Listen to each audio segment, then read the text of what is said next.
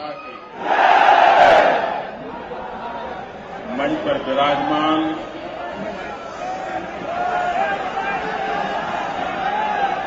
Bharat diamond bourse के अध्यक्ष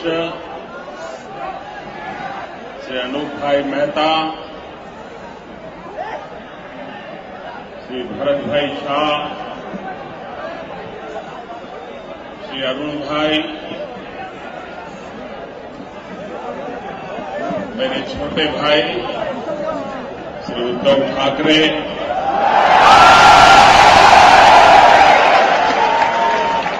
श्री गोपीनाथ मुंडे, श्री आशीष शेलार, श्री विनोद तावड़े जी, मंच पर विराजमान डायमंड इंडस्ट्री से जुड़े हुए सभी महानुभाव और हिंदुस्तान को चमकाने की कोशिश कर रहे आप सब डायमंड के व्यापारी भाइयों,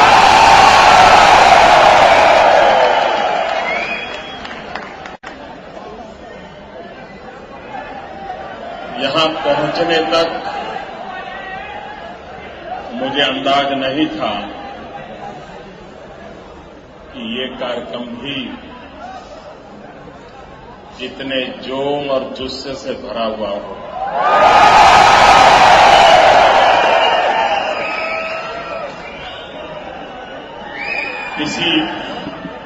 किसी यूनिवर्सिटी में जाएं, यूथ के कन्वेंशन में जाएं, वहां जो दृश्य दिखता है उससे भी ज्यादा जोश गिरने वाला दृश्य आप लोगों को दिखता है।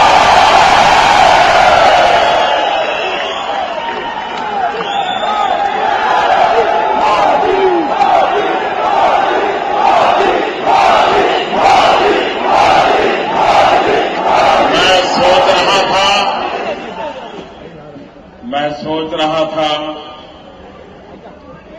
कि रुपया गिरता चला जा रहा है,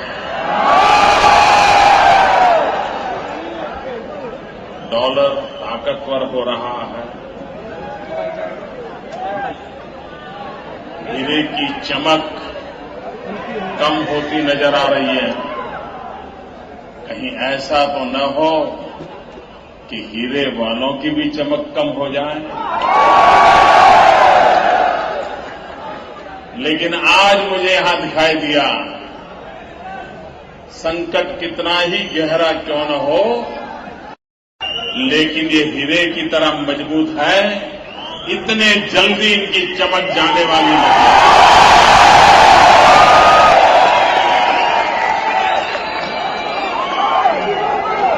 और हीरे का उद्योग ऐसा है, हर 2-4 साल के बाद कोई न कोई संकट आता है।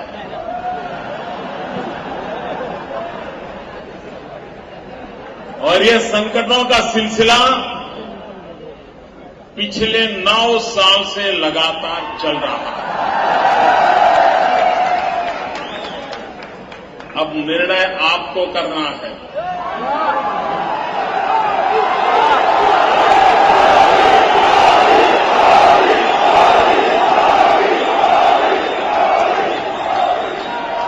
निर्णय आपको करना है कि हीरे की चमक जैसे हमारे देश को भी चमक आ जाए, ये निर्णय आपको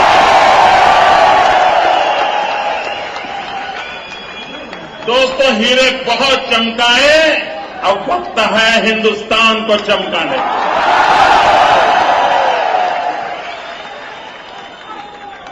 और अगर आप निर्णय करें तो इस देश को चमकने से कोई रोक नहीं सकता।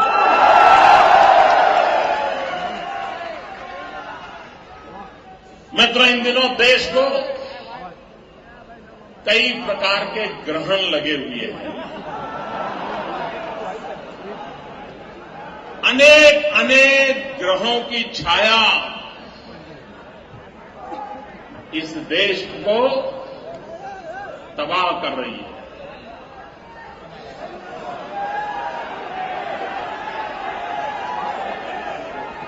लेकिन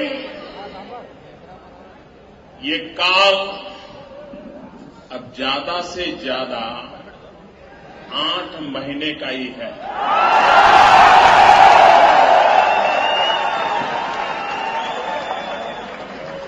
ठीक 9 महीने के बाद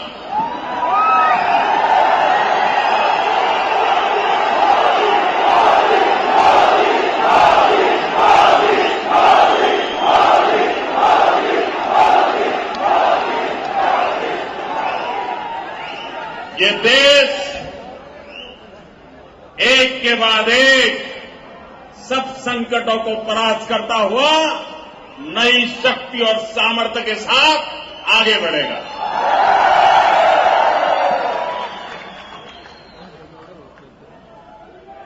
मित्रों, आज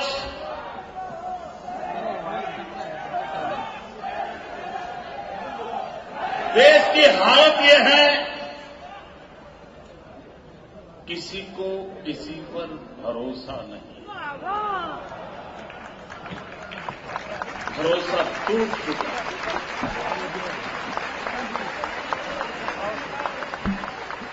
मित्रों, अगर कोई देश,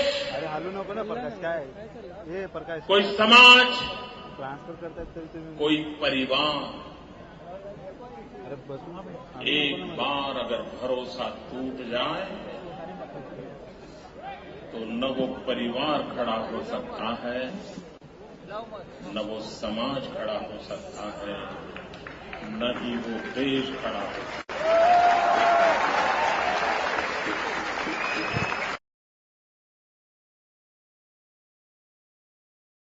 प्रधानमंत्री जी अमेरिका में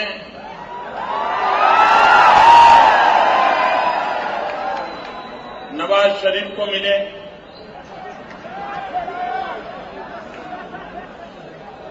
इसमें तो भरोसा करो, तो मिले थे। बाद में भारत सरकार की तरफ से प्रेस कॉन्फ्रेंस में डिक्शनरी में जितने ताकतवर शब्द होते हैं वो सारे शब्द खोज खोज करके देश की जनता को परोसा गया।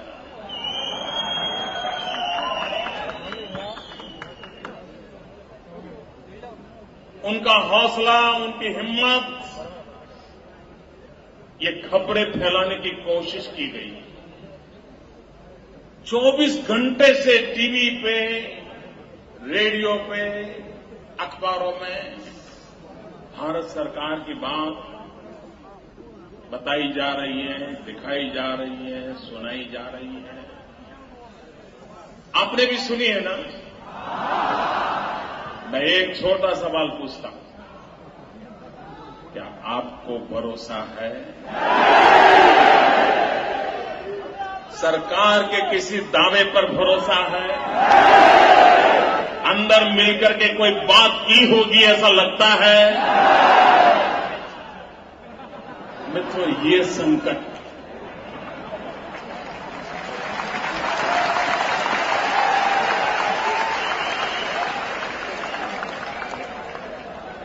भरोसा टूट चुका है। मित्रों, किसी चीज पे भरोसा नहीं है। आप किसी को एसएमएस करते हो, बाद में फोन करते हो, मेरा एसएमएस मिला,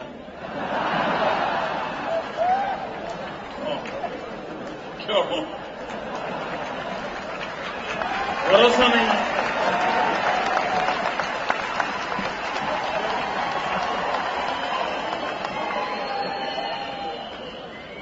बेटी घर से जाए ऑफिस में नौकरी के लिए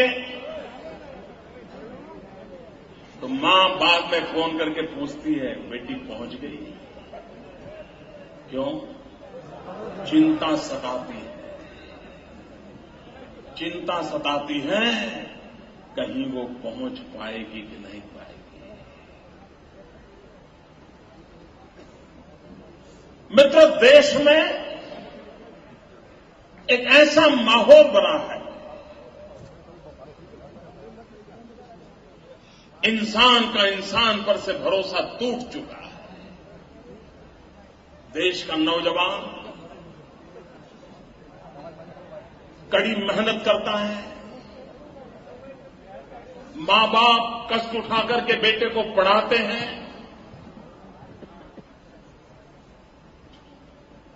लेकिन उसे भरोसा नहीं है कि पढ़ने के बाद जिंदगी ठीक से जीने का प्रबंधन हो पाएगा कि नहीं हो पाएगा।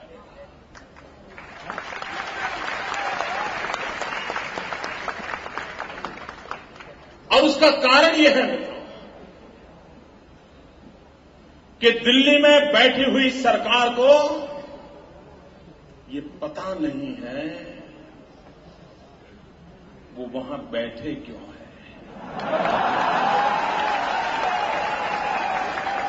सच बताता हूं, उनको पता नहीं थी, उनको पता नहीं, आप पूछ लीजिए।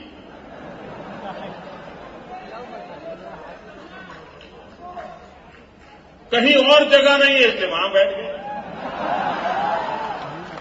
उनके साथ जो बैठे हैं उनसे भी व्यक्तिगत मिलिए आप। उनके जो यूपीए के पार्टनर है, यहां के भी हैं। अगर दोस्ती है, अगर आप तो व्यापारी हैं, आपकी दोस्ती होगी, और आप जैसे व्यापारियों की दोस्ती रखने में उनको भी मजा आता है। तो जरा प्यार से पूछिए कैसा चल रहा है, आप खुश हैं क्या?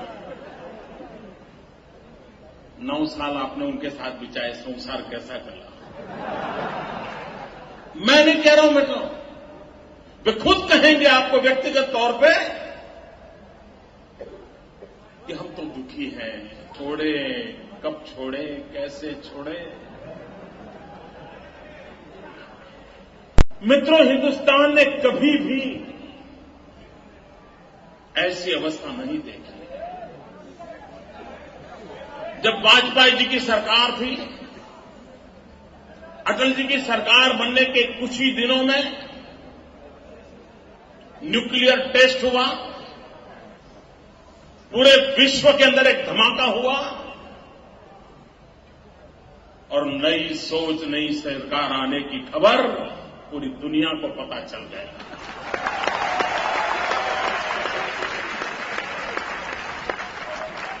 उस एक हिम्मत भरे निर्णय का परिणाम यह हुआ कि पूरा विश्व अटल जी की बात को तवज्जो देने लगा, हिंदुस्तान की आवाज सुनाई देने लगी। विश्व के बाजार में हिंदुस्तान के व्यापार की साख बढ़ने लगी, व्यापारियों की इज्जत बढ़ने लगी। भारत से हैं, लोग गर्मजोशी से स्वागत करने लग गए।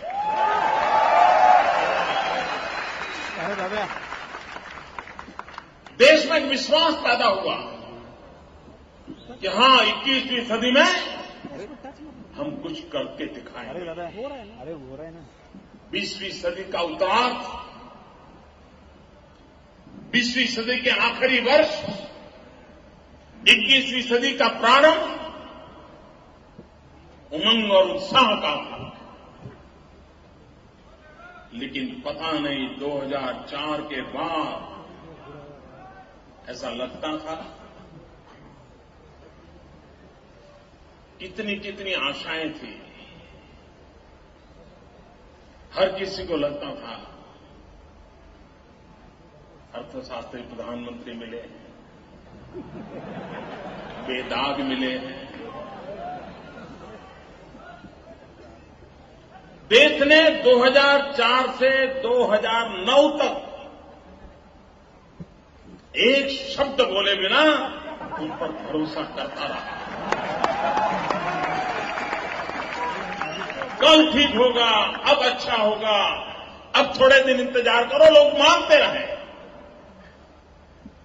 लेकिन 2009 जाते जाते ये आशा अपेक्षा का गुब्बारा फूट गया और फिर जो देश गिरता चला मित्रों, आज हम कहीं के नहीं रहे। मित्रों, दिल्ली में एक ऐसी सरकार चली है जो देश को साथ नहीं रख पाई है। मित्रों, सार्वजनिक जीवन में आलोचनाएं होती हैं, टीका टिप्पणी होती है, विरोध होते हैं, ये लोकतंत्र का चरित्र है और वो बुरा नहीं है। लेकिन कभी भी कोई सरकार ऐसी नहीं हो सकती कि देश उनके साथ चलने को तैयार न हो। आज दिल्ली में एक ऐसी सरकार है, हिंदुस्तान उनके साथ चलने के लिए तैयार नहीं है।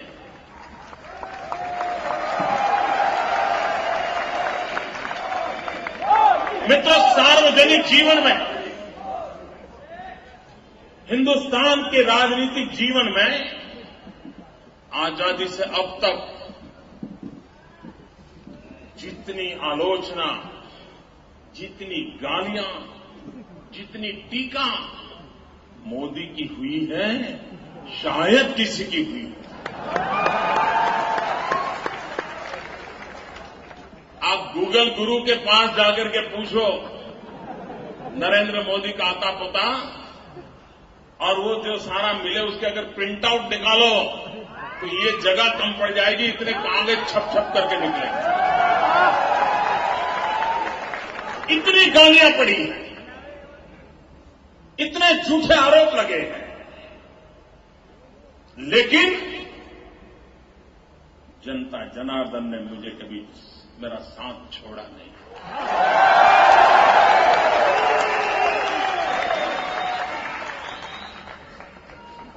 क्या हमने जनता जनार्दन की सारी अपेक्षाएं पूरी की होगी? हमसे भी कुछ कमियां रही होगी, हमने भी हर अपेक्षाएं पूरी नहीं की होगी, उनकी इच्छाएं अधूरी रही होगी, लेकिन हमारे इरादों पर उन्हें कभी शक नहीं हुआ।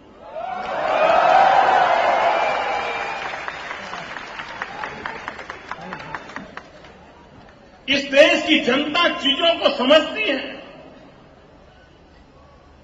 जब देश पर संकट था, लाल बहादुर शास्त्री ने कहा था, देश में अनाज का संकट है, युद्ध का समय है, एक समय खाना छोड़ दीजिए। हिंदुस्तान के लोगों ने सोमवार को खाना छोड़ दिया, लाल बहादुर शास्त्री को याद करके छोड़ दिया। ये देश ऐसा है। मित्रों, हिंदुस्तान की जनता की ताकत कोई जानता नहीं है। अभी एक अंतर्राष्ट्रीय सर्वे हुआ था, दुनिया के सबसे ईमानदार शहर कौन से हैं, और भाइयों बहनों, आपको जानकर के आनंद होगा, दुनिया में सबसे ईमानदार शहरों में दूसरा नंबर मुंबई का है।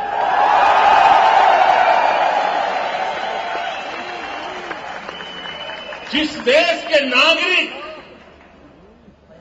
इतने ईमानदार हो, मेहनती हो, अगर आपको शासन में बैठे हुए लोगों को इन कोटि कोटि जनों पर विश्वास होना चाहिए। अगर उन पर विश्वास है तो देश में हम जहां भी ले जाना चाहें ले जा सकते हैं।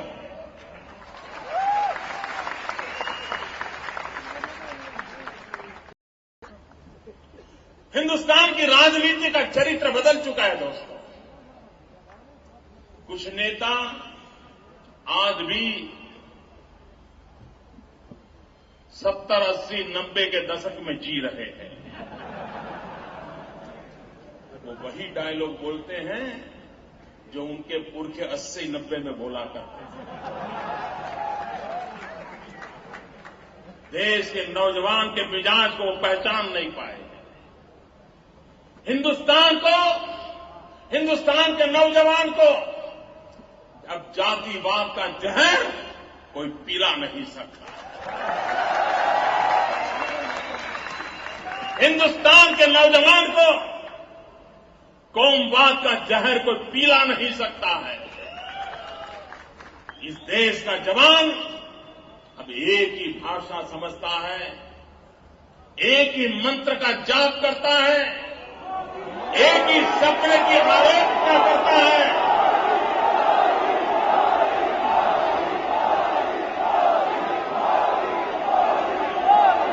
वो मंत्र है, वो सपना है, विकास, विकास और विकास।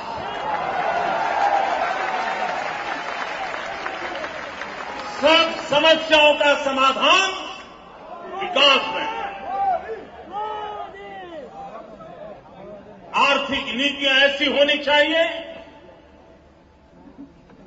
जो देश को विकास की ओर आगे बढ़ाए।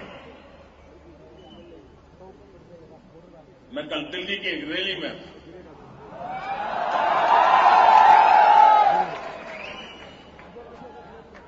उनके नाक के नीचे थी।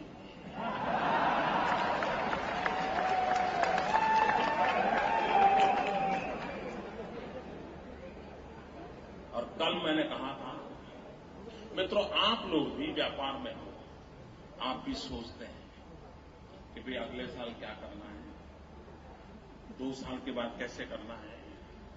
अभी बेटा 16 साल का है, 20 साल का हो जाएगा, तब तक उसके लिए कौन सा नया व्यापार खोज के रखना है, किस प्रकार के नए क्षेत्र में जाएं। एक ही व्यापार करने से नहीं चलेगा, एक बेटे को दूसरे व्यापार में भेजो, दूसरे को तीसरे में भेजो। ये सोचते हैं कि नहीं सोचते हैं? प्लानिंग करते हैं कि नहीं करते हैं? आप करते हैं, आपको समझ है ना, उनको नहीं है। नहीं है।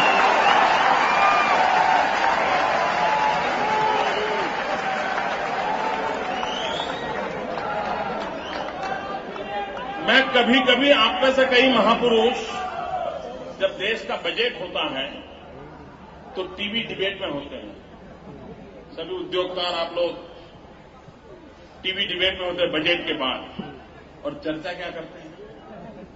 आपकी मजबूरी में समझता हूं, क्योंकि वित्त मंत्री को खुश तो करना पड़ता है, लेकिन फिर भी चर्चा क्या करते हैं? बजट के बाद हम चर्चा क्या करते हैं? इनकम टैक्स में रिलीफ मिला या नहीं मिला, सेंसेक्स ऊपर गया कि नीचे गया, यही करते हैं ना। हमारे देश के बजट के बाद मैंने अब तक कोई ऐसी डिबेट नहीं देखी है, इस बजट में देश के लिए विजन क्या है, जाना कहां है,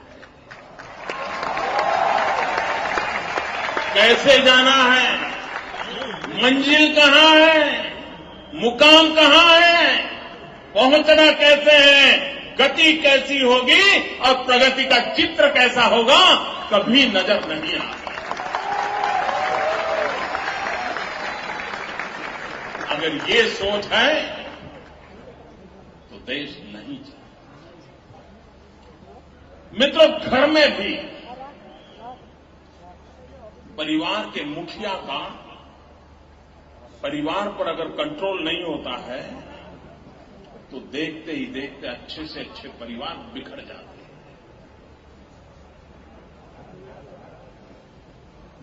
आप देखिए, इन लोगों का अपने कामों पर कोई कंट्रोल है क्या?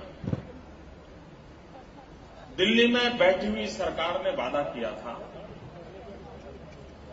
कि 2009 में उन्होंने कहा था कि अगर हम चुन करके आएंगे, सरकार उनकी चल रही थी, फिर भी कह रहे थे कि अगर हम चुन करके आएंगे तो 100 दिन में महंगाई कम करेंगे। कहा था ना, कहा था ना। डीजल का क्या हुआ?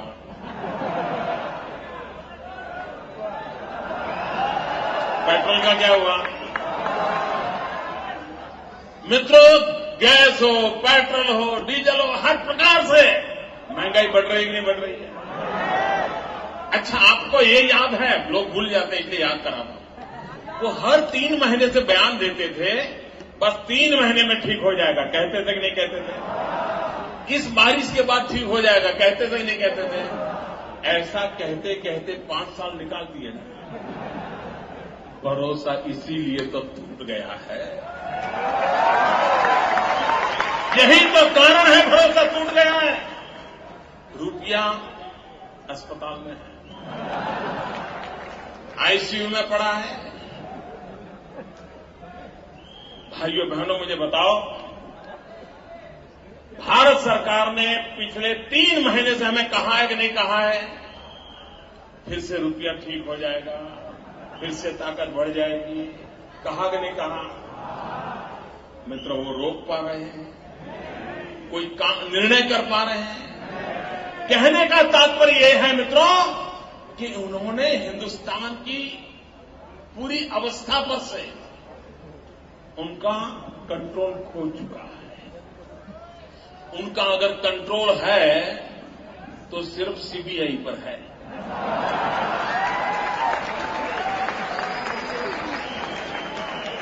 थोड़ा बहुत है तो इनकम टैक्स डिपार्टमेंट पर है। वो आज देखेंगे, वीडियो आज रात को देखी जाएगी। या मोदी के साथ हाथ किसने मिलाया, मोदी को माला किसने पहनाई, मोदी का स्वागत किसने किया, फिर वहां लिस्ट बनेगा, फिर वहां लिस्ट बनेगा। इनकम टैक्स की रेड कहां से शुरू करें?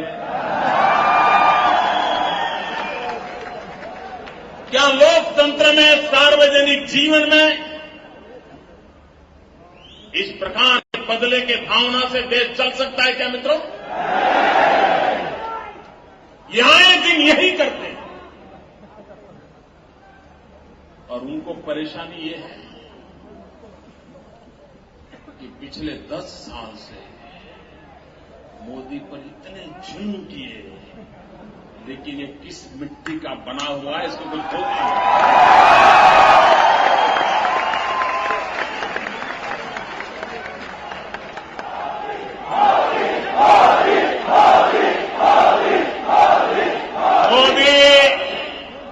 मोदी उस मिट्टी से बना है जिस मिट्टी से सरदार पटेल बने,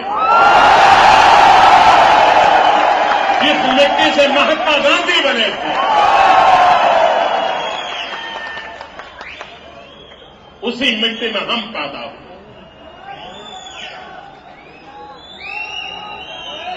मित्रों, अभी मुझे चांदी से तोला गया।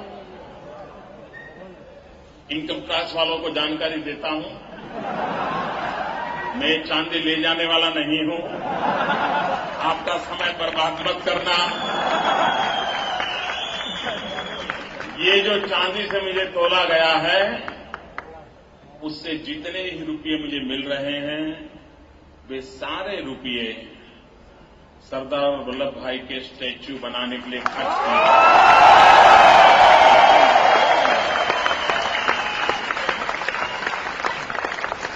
मित्रों, चाइना ने अपनी पहचान बनाने के लिए क्या किया?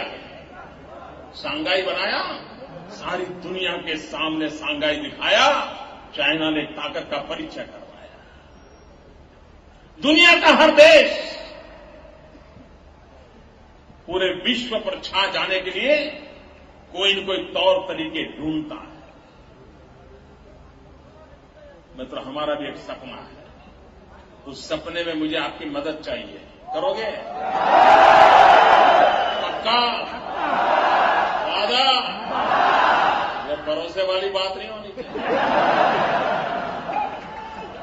मित्रों, हम गुजरात में सरदार वल्लभ भाई पटेल का विश्व का सबसे ऊंचा स्मारक बनाना चाहते हैं। और सबसे ऊंचा मतलब हमको पता है, आज दुनिया का सबसे ऊंचा स्टैच्यू है स्टैच्यू ऑफ लिबर्टी। हम बनाएंगे स्टैच्यू ऑफ यूनिटी।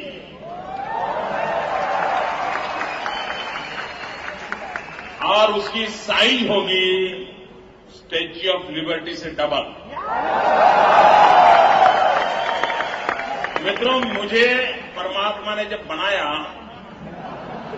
तो उसके जो आईटी प्रोफेशनल्स थे उन्होंने ऐसा सॉफ्टवेयर डाला है कि मैं छोटा सोच ही नहीं सकता।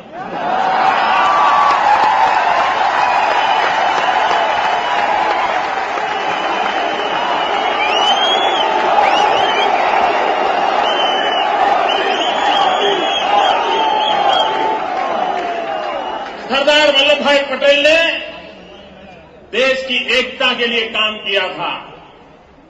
आजाद हिंदुस्तान को एक करने का भगीरथ काम सरदार वल्लभ भाई पटेल ने किया था। चाणक्य के बाद 400 साल के बाद हिंदुस्तान की धरती पर इतना महान काम उस महापुरुष ने किया था। लेकिन एक परिवार ने उसको भुला देने के लिए 60 साल तक कोशिश की और हम वो हिसाब चुकता करना चाहते हैं।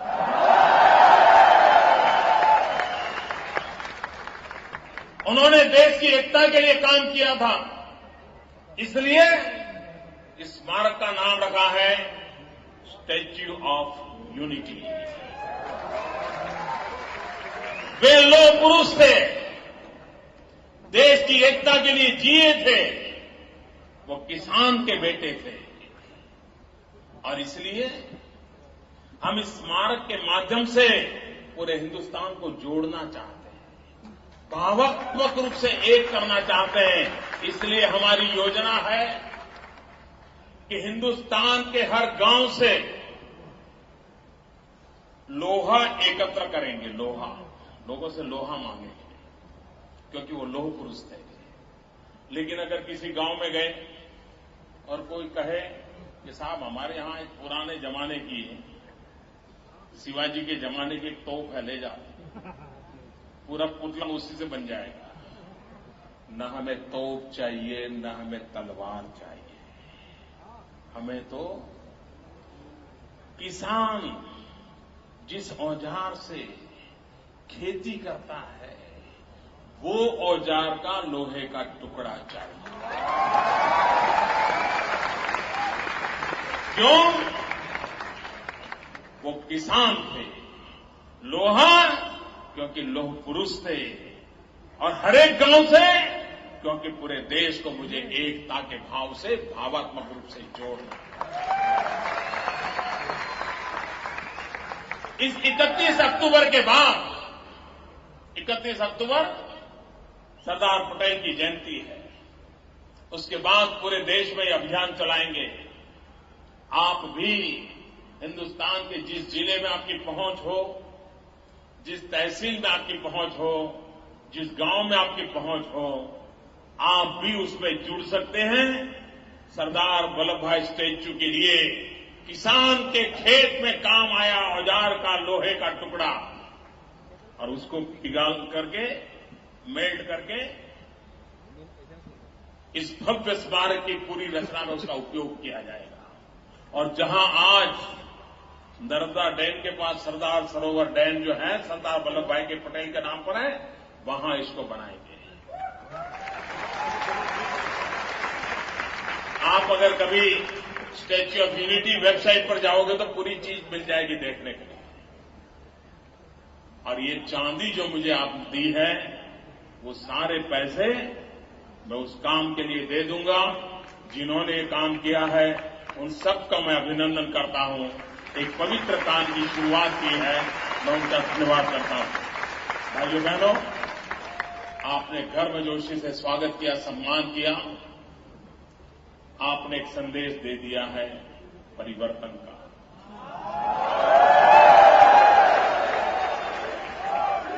ये आपकी गर्मजोशी, ये आपका उत्साह, ये उमंग मेरी पार्टी के कार्यकर्ताओं का तो हौसला बुलंद करता है, लेकिन उनकी नींद हराम करता है।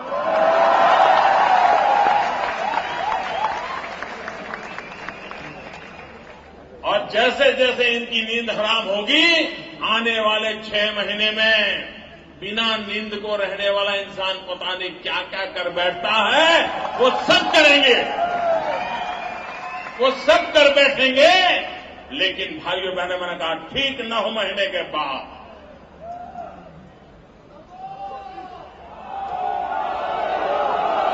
देश सुराज्य के मार्ग पर चल पड़ेगा, देश विकास की राह पर चल पड़ेगा, देश भाग्य बदलने के लिए पूरे सामर्थ्य के साथ आगे बढ़ेगा। इस पूरे विश्वास के साथ आपका बहुत बहुत धन्यवाद। भारत माता की, भारत माता की, भारत माता की।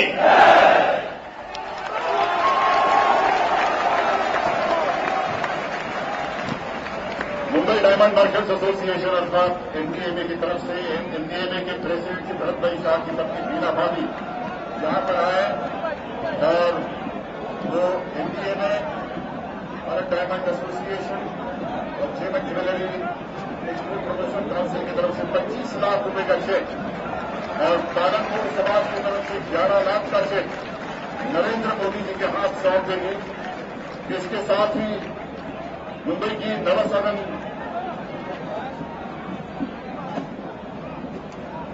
नवसर्जन प्रतिष्ठान ये संस्था जो है वो भी 5,000 का चेक नरेंद्र भाई जी को पेश करेंगी। ये सारे पैसे नरेंद्र मोदी जी की जो संस्था है माननीय मुख्यमंत्री श्री कन्या केळवरी निधि, इस ट्रस्ट के लिए दिया जाएगा और उस ट्रस्ट से जो रकम वहां ट्रस्ट में जमा होती है वो गरीब घर की लड़कियां जो स्कूल तथा कॉलेज में दाखिल होकर अच्छी शिक्षा प्राप्त करनी चाहती है उन्हें अबला से सबला बनाने के लिए उसका इस्तेमाल किया जाता है। मैं बिना भाभी जी से विनती करता हूं कि नरेंद्र भाई जी को वो धनादेश उनके हाथ सुपुर्द कर दे और साथ ही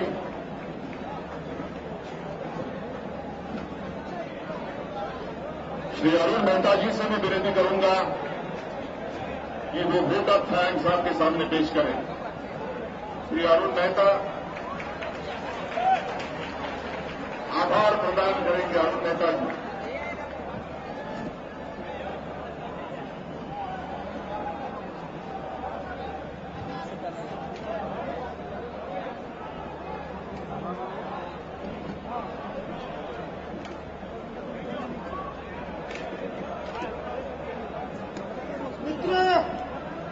મિત્રો નરેન્દ્રભાઈએ જે આહવાન કર્યું છે એનો આપણી માર્કેટ તરફથી અરુણ કાકા પ્રત્યુત્તર આપશે।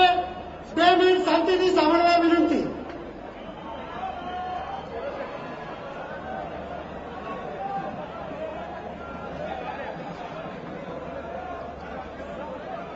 आप સૌની પરમિશન હોય તો મારે જે થોડી વાતો કરવી છે।